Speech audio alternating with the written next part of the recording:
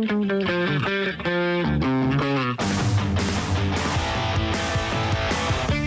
오늘의 뜨거운 이슈 시원하게 풀어드렸습니다. 오늘의 커버스토리 박상현 아나운서 나와 있습니다. 어서 오세요. 네, 안녕하세요. 박상현입니다.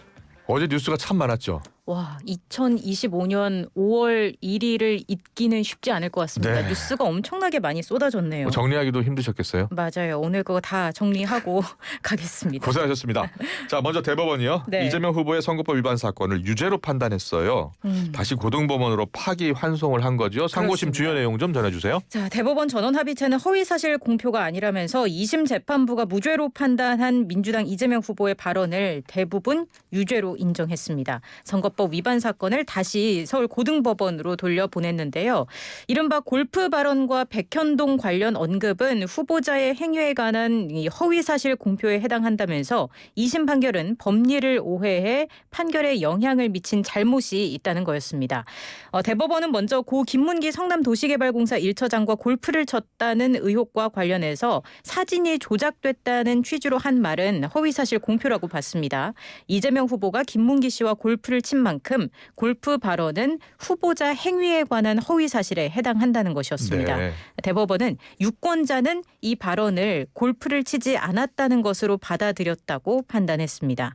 또 백현동 용도 변경과 관련해서 국토부가 협박했다는 이 후보의 발언에 대해서도 국토부의 성남시에 대한 압박은 없었다며 유죄로 인정을 했고요. 예. 재판부는 이 후보의 발언은 사실 공표이지 과장된 표현이나 추상적인 의견 표명이 아니라면서 의견 표명에 불과해 처벌할 수 없다고 했던 2심 판결을 지적하기도 했습니다. 네. 한편 대법원은 협박을 받아서 용도 변경을 한 것으로 유권자들이 받아들였을 것이다라고도 판단을 했어요. 예. 이처럼 대법원이 선거를 앞두고 이 후보의 발언을 유권자들이 어떻게 받아들였을지 예. 그리고 그 과정에 허위가 있었는지에 집중하는 모습이었습니다. 다수 의견에는 12명 가운데 10명이 동의를 했고 이흥구, 오경미 대법관 등 2명은 골프 발언과 백현동 발언 모두 여러 뜻으로 해석될 수 있어서 유죄로 단정할 수 없다는 반대 의견을 냈습니다. 네.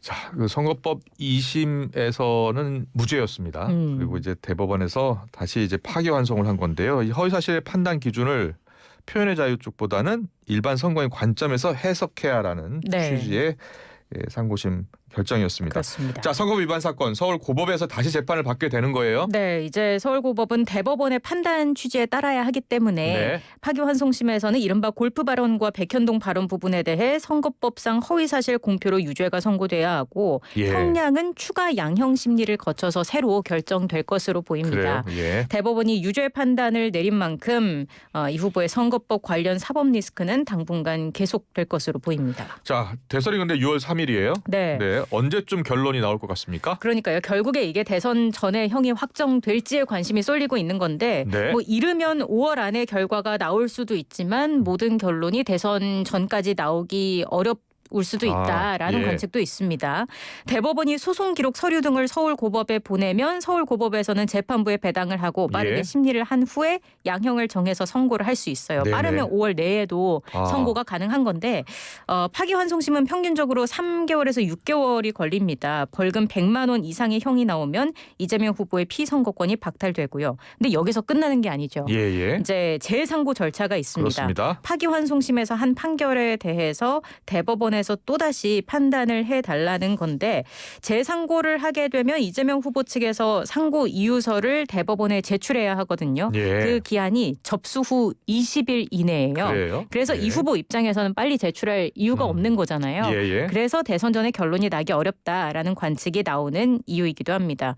물론 고등법원에서 벌금 100만 원 미만의 형이 나오면 대선 후보 자격과 모든 정치 활동은 가능합니다. 자, 이 정치권이 어제 이렇게 딱 상고심 결정이 나오니까 강하게 충돌을 했잖아요. 그렇죠. 예, 이재명 후보 또 민주당 어떤 반응 보였습니까? 일단 이재명 후보는 생각했던 것과 전혀 다른 방향의 판결인데 일단 내용을 제대로 확인해 보고 입장을 내겠습니다라고 이야기를 했습니다. 네.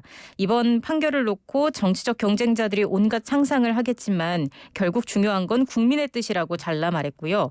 이후 SNS에 글을 남겼습니다. 국민의 삶을 결정하는 건 정치 정치도 사법부도 아니라면서 오로지 국민만 믿고 당당하게 나아가겠다라고 적었습니다.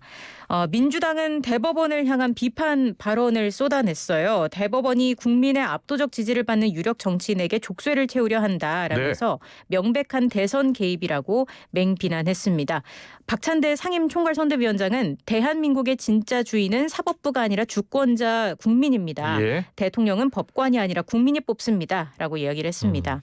한편 민주당은 대선일인 다음 달 3일 전까지 이 후보의 판결이 확정될 수 없다고 보고 있고 그래서 후보 교체 가능성도 일축하는 상황입니다. 네, 국민의힘은 후보직 사퇴를 요구하고 나섰어요. 그렇습니다. 그리고 사필 규정이다라고 예. 이야기를 했어요.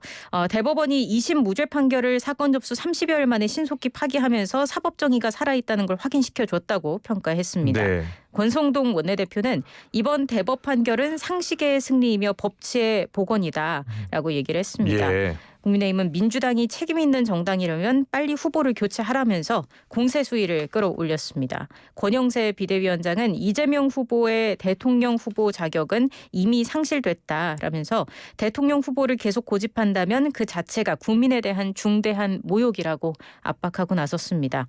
또 국민의힘 대권 주자들도 한 목소리로 이재명 후보의 즉각 사퇴를 촉구했어요. 예. 김문수 후보는 이 후보가 단 한순간도 자신의 잘못을 뉘우치지 않았다고 쏘아붙였고요. 한동훈 후보는 이제 선거로 이 후보를 이기자면서 지지를 호소했습니다. 예, 국민의힘에서는 뭐 이 반이재명 빅텐트 선거 전략 탄력을 받게 될 것이다 이런 전망이 나오나 보죠. 네, 그렇습니다. 이재명 민주당 대선 후보에 대한 대법원의 공직선거법 위반 혐의 파기환송에 따라서 사법 리스크가 재점화된 건데 이번 대법원 파기환송이 반 이재명 빅텐트의 기폭제가 될 수 있다라는 관측이 나오고 있는 겁니다. 네. 권 위원장은 이번 대법원 판결로 반명 빅텐트 전략에 변화가 있느냐라는 예. 질문에 대해서 우리 당 입장에서는 법치주의와 자유민주주의를 위협하는 사람과 세력이 집권하는 데 대해서는 힘을 다해 막을 생각이다라고 이야기를 했습니다. 빅텐트가 탄력을 더 받게 될지 좀 더 지켜봐야 할 것 같습니다. 네. 자, 한덕수 대행 이야기해 보겠습니다. 한덕수 대행 국무총리. 자, 어제 사의를 표명했어요. 그렇습니다. 권한대행직 임기가 오늘 0시부로 종료가 됐습니다. 네. 더 큰 책임지는 길을 선택하겠다라면서 국무총리직을 사퇴했습니다. 사실상 대선에 출마하겠다는 입장을 밝힌 거라는 해석이 나오는 거고요. 예. 대한민국 경제와 정치가 기로에 서 있다면서 본인이 출마할 수밖에 없다는 점도 강조를 했습니다. 특히 미국과의 관세 협상 국면에서 통상 전문가인 자신이 필요하다는 점을 어필했고요. 예. 또 비상계엄 사태 책임 논란을 의식한 듯이 국민이 겪은 혼란을 가슴 아프게 생각한다고 말했습니다. 예. 하지만 계엄 사태에 대한 어떤 사과나 본인의 책임 부분에 대해서는 명확하게 밝히지는 않았습니다. 자, 오늘 출마 선언할 가능성이 크죠? 그렇습니다. 오늘 국회에서 대선 출마를 할 것으로 보인다라는 언론 보도들이 많이 쏟아져 나오고 있습니다. 출마를 선언하면서 출마의 명분 그리고 주요 공약 등을 담은 대국민 메시지를 발표할 것으로 관측되고 있는데요. 여기에는 비상계엄과 잇따른 탄핵 등으로 드러난 정치권의 극한 대립이 경제 사회 발전의 발목을 잡는 구조를 바로잡고 국민적 통합을 이루기 위한 비전이 담길 전망입니다. 그동안 한 총리를 보좌해온 참모진들도 정부 청사를 떠나서 대선 캠프에 합류할 예정이라는 소식도 있습니다. 네.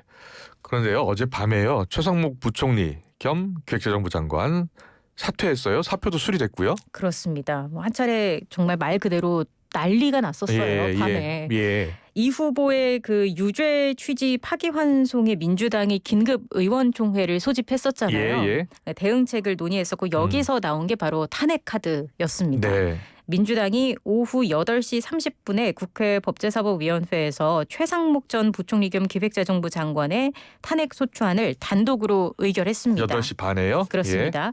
그래서 민주당 이재명 후보의 선거법 위반 사건이 유죄 취지로 파기환송됐고 바로 이어서 한덕수 대행이 사의를 표명하고 예. 그리고 나서 최상목 부총리에 대한 탄핵 소추안이 의결되기까지 걸린 시간은 5시간 정도였어요.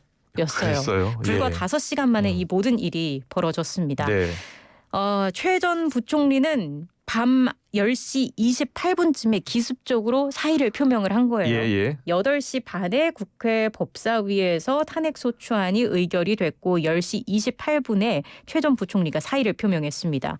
우원식 국회의장이 본회의에서 탄핵안 상정을 선언하기 불과 4분 전이었습니다. 네. 4분 전이었어요. 예. 그로부터 약 15분이 지나고 나서 이미 국무총리직에서 물러나겠다고 공언한 한 전 총리가 최 전 부총리의 사표를 수리한 겁니다. 네네. 그러니까 한 전 총리 같은 경우에는 물러나겠다라고 얘기는 했습니다만 밤 12시까지가 직을 수행할 수 있는 시간이었기 그렇군요. 때문에 예. 사표를 수리했고요. 예. 정말 말 그대로 일사천리로 모든 게 진행이 됐습니다. 이에 대해서 우 의장은 정부로부터 최상목 면직이 통지됐고 예. 국회법에 따라 탄핵소추 대상자가 없으므로 투표를 중지하겠다라면서 투표 불성립을 선포했습니다. 네. 초유의 대행 체제가 예. 현실화한 거예요. 그렇네요. 대대 예. 대행 체제가 된 건데 최 부총리 사퇴로 권한 대행직은 이제 서열 4위인 이주호 부총리 겸 교육부 장관에게로 넘어가게 됐습니다. 그래서 이 부총리는 대선 때까지 5주 정도 국정 운영을 총괄하게 됐습니다. 네. 사실 어제는 추가 경정 예산안이 의결되기도 했잖아요. 그렇죠. 13조 8천억 원 규모입니다. 네. 예. 정부가 제출한 12조 1,565억 원보다 1조 6,205억 원이 늘어난 규모입니다. 예. 더불어민주당과 국민의힘의 합의로 예결위를 통과했습니다. 네. 재석 272명 가운데 찬성 241명, 반대 6명, 기권 25명으로 가결이 된 거고요. 예. 산불 피해와 농수산물 할인 지원에 2천억 원이 증액이 됐고 여름철 수해 대비 예산도 300억 원 늘었습니다. 건설 경기 활성화를 위한 사회 간접 자본 사업에도 8천억 원이 증액이 됐습니다. 양당은 올해 초부터 추경 필요성에는 공감을 하면서도 민주당은 최소 30조 원, 국민의힘은 15조 원 핀셋 추경으로 맞서면서 협의의 진전을 보이지 못했는데요. 네네. 그러다가 지난달에 정부가 경북 산불 피해 복구와 민생 지원, 인공지능 경쟁력 제고 등을 위한 추경안을 제출하면서 논의가 본격 시작이 됐고요. 하지만 민주당이 요구한 지역화폐 1조 원을 두고 입장차를 보였는데 계속 평행선을 달리다가 양당이 한 발씩 물러서면서 예. 접점을 찾은 것입니다. 민주당은 국민의힘이 요구하는 검찰 특수 업무 경비 예산 500여 원 등을 반영을 했고요. 예. 국민의힘은 민주당의 지역화폐 예산안을 일정 부분 받아들였습니다. 지역사랑 상품권 발행 지원 예산 4천억 원이 포함이 된 겁니다. 예. 추경안이 풀리게 된 건 지난 2022년 소상공인 손실 보상 등을 위한 두 차례 추경 이후 3년 만입니다. 여야가 민생 부분에 있어서는 이렇게 머리를 맞대서 신속하게 처리하는 것은 참 긍정적이에요. 네, 예. 그렇습니다. 민생을 좀 더 살펴줬으면 좋겠습니다. 네. 오늘 잘 들었습니다. YTN 라디오 박상현 아나운서의 커버 스토리 여기서 마무리하고요. 다음 주에 뵙겠습니다. 네, 고맙습니다.